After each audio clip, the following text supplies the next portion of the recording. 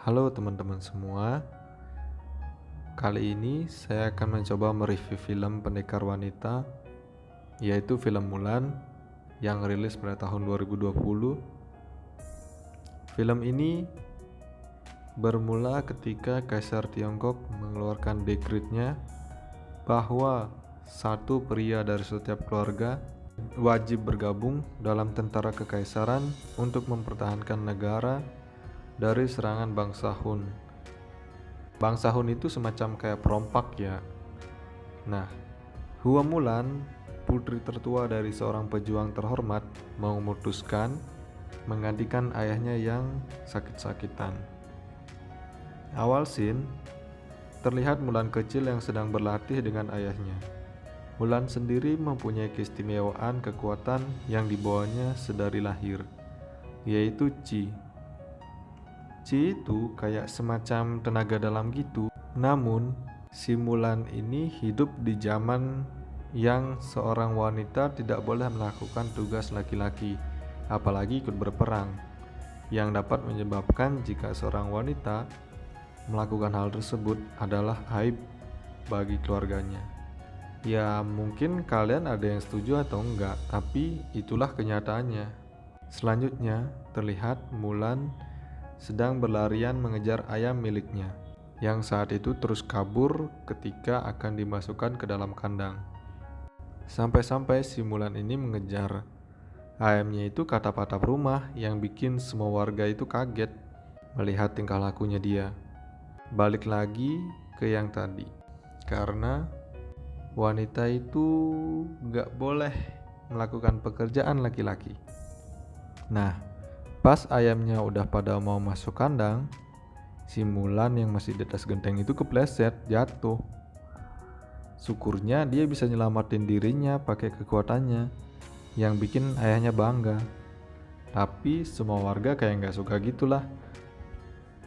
Aneh, ini orang jatuh terus selamat kok malah pada gak suka gitu, kayak ngarepin orang celaka. Tapi yaudahlah, lanjut.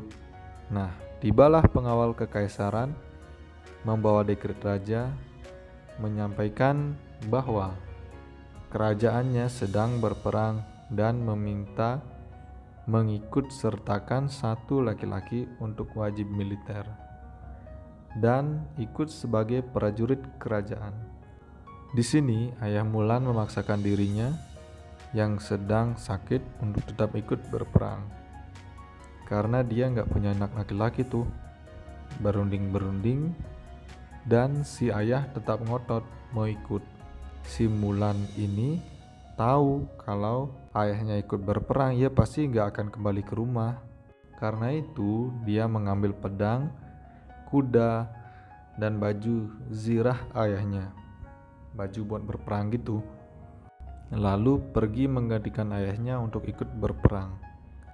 Kayak dia, si Mulan ini nyamar gitu sebagai laki-laki supaya bisa ikut berperang.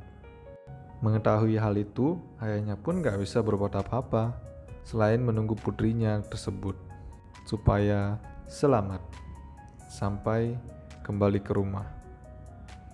Scene berganti, terlihat perjalanan Mulan dari desanya menuju ke tempat latihan militer, melewati hutan, gunung, lembah, dan akhirnya dia sampai di tempat pelatihan dan bertemu dengan teman-teman seangkatannya. Nah, baru juga masuk, udah berantem aja nih orang sama temennya yang lain. Teman yang diajak si Mulan bertengkar itu namanya Chen Honghui, dan pertengkaran mereka dipisahkan sama komandannya di sana yang bernama Komandan Tong. Setelah itu pendaftaran mereka pun selesai dan Mulan mulai bergabung bersama teman-temannya di satu barak. Karena si Mulan ini wanita, ia jadi kayak agak kagok gitulah, karena ia laki-laki di sini pakai sempak doang. Sampai pada akhirnya ada mungkin entah asisten atau ajudan Komandan Tong ini nanya gitu, dia itu mencari relawan yang mau jaga malam. Akhirnya si Mulan ini menawarkan diri untuk jaga malam biar nggak kena mandi bareng gitu sama yang lain. Next, besok paginya mereka semua mulai berlatih. Dari berlatih bela diri, pedang, memanah, naik bukit, dengan membawa air untuk mengajarkan mereka 3 pilar seorang pendekar. Di sini kelihatan salah seorang pendekar mendapat pengusiran karena melanggar pilar kejujuran, yaitu membuang air yang seharusnya dibawa naik bukit di tengah perjalanannya. Tapi malah ketahuan dengan pelatihnya. Dan tak berselang lama mereka semua berlatih hingga pada satu momen si Mulan ini terus diejek-ejek oleh si Hong Hui ini yang pertama kali diajak dia berantem. Dan si Mulan pun kayak kesel gitu, hingga tanpa sadar si Mulan ini malah mengeluarkan kekuatannya. Jadi dia itu jadi pusat perhatian di tengah orang-orang latihan gitu. Menyadari hal itu, si Mulan pun ngerasa bersalah. Habis itu dia kabur. Tapi di balik itu, teman-temannya yang lain malah suka dan support dia dengan kekuatannya itu. Sampai Komandan Tung pun mengakui kekuatannya. Nah, setelah itu, setelah diberikan pengertian oleh Komandan Tung, akhirnya si Mulan mulai melatih kemampuan Chi-nya di tengah malam sambil mandi. Biar gak ketahuan gitulah pokoknya. Scene berikutnya terlihat bahwa pasukan mereka sudah dipanggil untuk berperang. Walaupun latihan mereka belum usai karena garnisun yang ada di Jalur Sutra sudah diserang lagi oleh pasukannya si Borikan dan anak buahnya. Selanjutnya, pasukan Komandan Tung menyiapkan diri dan akhirnya mereka berangkat menuju garnisun Stepa Pegunungan. Ketika mereka melewati garnisun yang udah diserang tadi itu, di sana satu pun gak ada yang tersisa, hancur lebur sisa dari pertempuran itu. Setelahnya mereka tiba di garnisun Stepa Pegunungan dan bersiap untuk berperang besok paginya. Esok harinya, Komandan Tung sudah berhadapan langsung dengan Borikan dan pasukannya, termasuk Mulan di dalamnya. Dalam pertempuran ini terlihat pasukan Komandan Tung dan si Borikan itu mulai panah-panahan tuh. Si Borikan pun kabur. Lalu si Mulan pun mengejar si Borikan yang kabur dan terjadilah aksi panah-panahan di atas kuda. Tapi pasukan Mulan ini udah hampir semuanya kena nih, udah hampir mati semuanya dan 2 orang pun kabur, meninggalkan Mulan sendirian. Akhirnya Mulan memutuskan untuk pergi sendirian. Si Mulan pun kehilangan jejak Borikan dan pasukannya. Lalu ketemulah si Mulan dengan si penyihir, si mage yang pertama kali kita lihat kalau dia memasuki raga orang buat bisa menyusup ke dalam garnisun. Nah, sebenarnya dia ini nih, si penyihir ini sama kayak si Mulan ini, punya chi yang kuat. Makanya di sana dia itu disebut penyihir. Dia ini kayak tahu tuh si Mulan itu lagi nyamar jadi laki-laki. Beberapa kali ia pun nanya, "Kamu itu siapa?" Tapi si Mulan tetap kekeh kalau dia itu Huajun. Akhirnya diseranglah si Mulan ini pakai shuriken kayak di Naruto itu. Dan terpentallah si Mulan plus pingsan pula kan. Aduh. Setelah si Mulan ini bangun dari pingsannya, itu udah sepi tuh. Si magi itu udah pergi. Dan si Mulan itu kayak inget kalau apa yang dikatakan si magi itu beneran. Dia itu harus jujur baru kekuatannya itu mau muncul gitu. Akhirnya si Mulan ini kembali lagi tuh ke medan perang. Dia udah gak nyamar lagi jadi Huajun. Tapi dia datang jadi Hua Mulan gitu, ngelepas semua zirahnya. Ia pun kembali ke medan perang, menghadapi pasukan Shiborikan yang masih berperang di sana. Dan si Mulan pun berhasil mengalahkan mereka semua. Tapi gara-gara si Mulan mengeluarkan kekuatannya itu tuh, si Mulan itu diteriakin penyihir sama pasukannya Borikan. Akhirnya pasukannya Borikan ini semuanya kabur. Lalu si Mulan pun menghadap ke Komandan Tong, menyampaikan kalau penyamar yang ia lakukan hanya untuk menggantikan ayahnya yang sedang sakit. Lalu Komandan Tong langsung mengusirnya, dan dia dianggap sebagai aib keluarga dan negaranya. Scene berikutnya terlihat si Mulan yang sedang bersedih di atas bukit. Lalu datanglah si penyihir untuk ngajak dia bergabung dengannya, jadi anak buahnya si Borikan gitu atau apa gimana lah pokoknya. Lalu di tengah perbincangan si penyihir entah keceplosan atau gimana ya, dia menyebutkan rencana si Borikan. Lalu pergilah si Mulan ini ke garnison lagi untuk memberitahu Komandan Tong dan teman-temannya yang lain kalau si Borikan ini dan pasukannya akan menyerang istana kaisar. Nah, penyerangan yang tadi itu tuh, yang ke garnison itu hanya pengalihan aja biar kaisar itu mau mengerahkan pasukannya untuk menjaga garnison lintas perdagangan itu, jalur sutra itu, yang pada mulanya Komandan Tong sempat meragukan apa yang disampaikan Mulan. Namun berkat dukungan dari teman-temannya yang mempercayai Mulan, akhirnya Komandan Tong mau mempercayai Mulan dan mengerahkan pasukan kecil dengan Mulan sebagai pemimpinnya untuk melindungi kaisar dari serangan Borikan dan pasukannya. Setibanya Mulan di istana, mereka melihat kalau istana itu sudah kosong, gak ada satupun penjaga yang menjaga istana.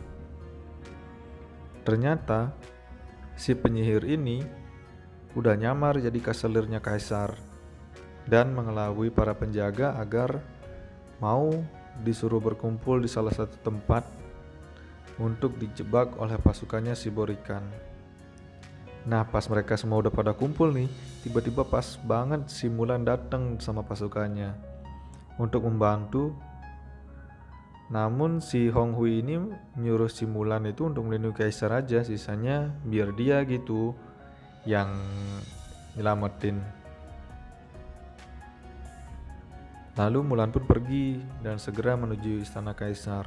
Sampai di istana kaisar, bukannya sang kaisar yang ia temui, tapi malah si penyihir yang ada di tahta kaisar.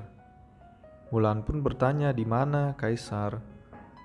Sang penyihir bilang kalau kaisar itu sedang dijebak dan diajak berduel oleh Borikan di satu tempat yang tidak jauh dari istana.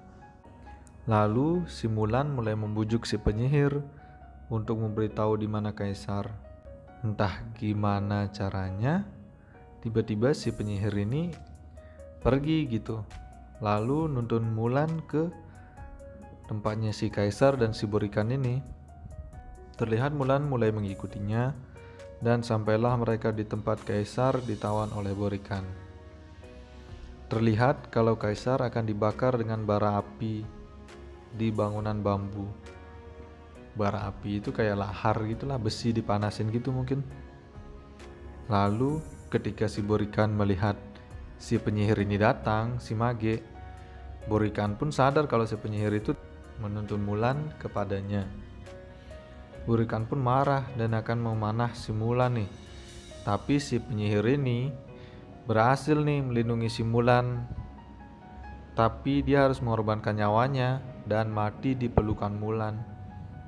Terkena panahnya si Borikan ini. Lalu si Mulan pun bergegas nyari si Borikan ini.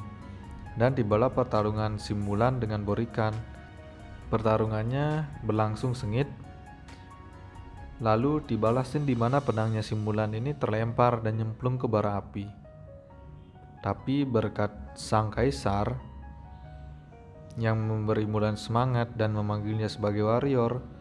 Akhirnya si Mulan ini berhasil menjatuhkan si Borikan. Tapi jatuh dari atas itu si Borikan ini belum mati. Lalu ia masih mencoba memanah si kaisar. Tapi berkat kehebatan si kaisar nih, si kaisar pun berhasil nih nangkep anak panahnya si Borikan ini. Lalu dilemparlah anak panah tersebut kepada Mulan dan ditendangnya anak panah tersebut oleh Mulan ke arahnya si Borikan, lalu matilah si Borikan ini kan. Dan Mulan pun berhasil menyelamatkan kaisar. Berkat jasanya, si Mulan pun mendapat apresiasi dari sang kaisar untuk menduduki jabatan sebagai perwira pengawal kekaisaran. Tapi ia pun menolaknya karena sebelum ia menjadi pengawal kekaisaran, si Mulan ingin balik dulu nih ke rumah, mau minta maaf dulu sama keluarganya.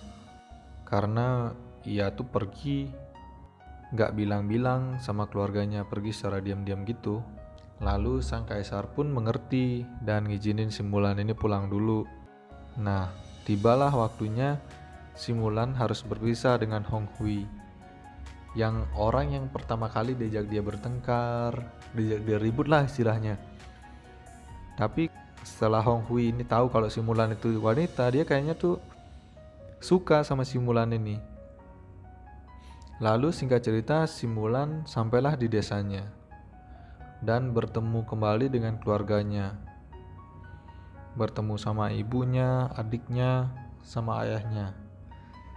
Lalu si Mulan meminta maaf nih sama ayahnya karena telah ngilangin pedangnya dia.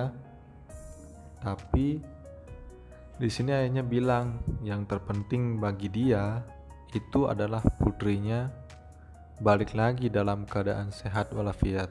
Dan tak berselang lama nih, Komandan Tong datang lagi nih sama pengawal raja yang lainnya. Lalu mereka mengumumkan kalau si Mulan ini telah menyelamatkan dinasti dan menyelamatkan kaisar dari Borikan bangsa Hun. Serta mereka ini membawa oleh-oleh buat si Mulan dari kaisar.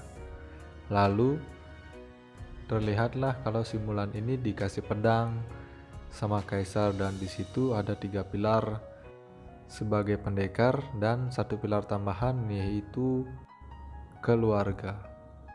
Lalu Komandan Tong menanyakan Mulan untuk mempertimbangkan kembali tawaran kaisar untuk menjadi pengawal kekaisaran. Nah, di sini terlihat dari senyumnya si Mulan yang manis itu, sepertinya Mulan menerima tawaran tersebut. Dan akhirnya film pun selesai. Yeay.